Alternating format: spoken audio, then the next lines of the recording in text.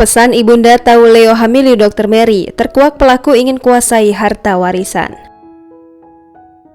Kasus Dr. Mary membakar pacar yang menghamilinya bernama Leo terus berlanjut. Setelah ditetapkan tersangka, Mary terancam pidana hukuman mati karena tega membakar 3 orang secara hidup-hidup. Satu persatu fakta soal kebakaran bengkel di Jalan Cemara Raya, Jatiuwung, Kota Tangerang mulai terungkap.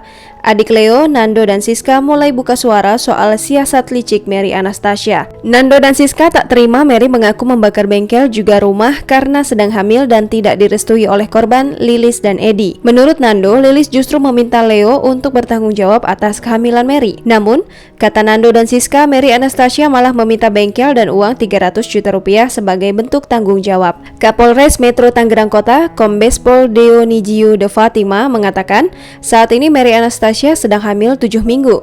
Kombes Pol Dionigio de Fatima menuturkan bahwa tindakan pembakaran ini dipicu karena Mary Anastasia tak mendapat restu dari orang tua Leo, Edi dan Lilis.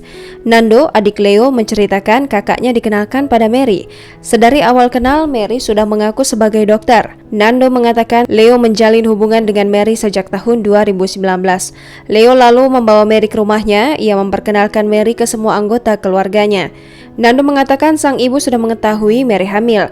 Ia meminta Leo untuk bertanggung jawab atas kehamilan Mary Anastasia.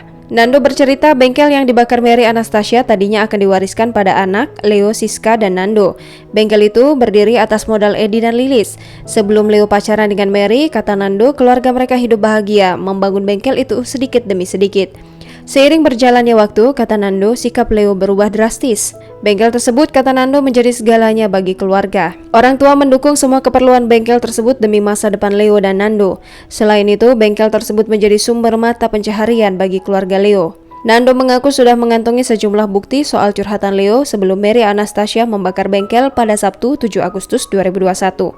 Bukti tersebut bakal dibuka, kata Nando, bila Mary Anastasia masih mengaku bakar bengkel karena tak direstui orang tua Leo.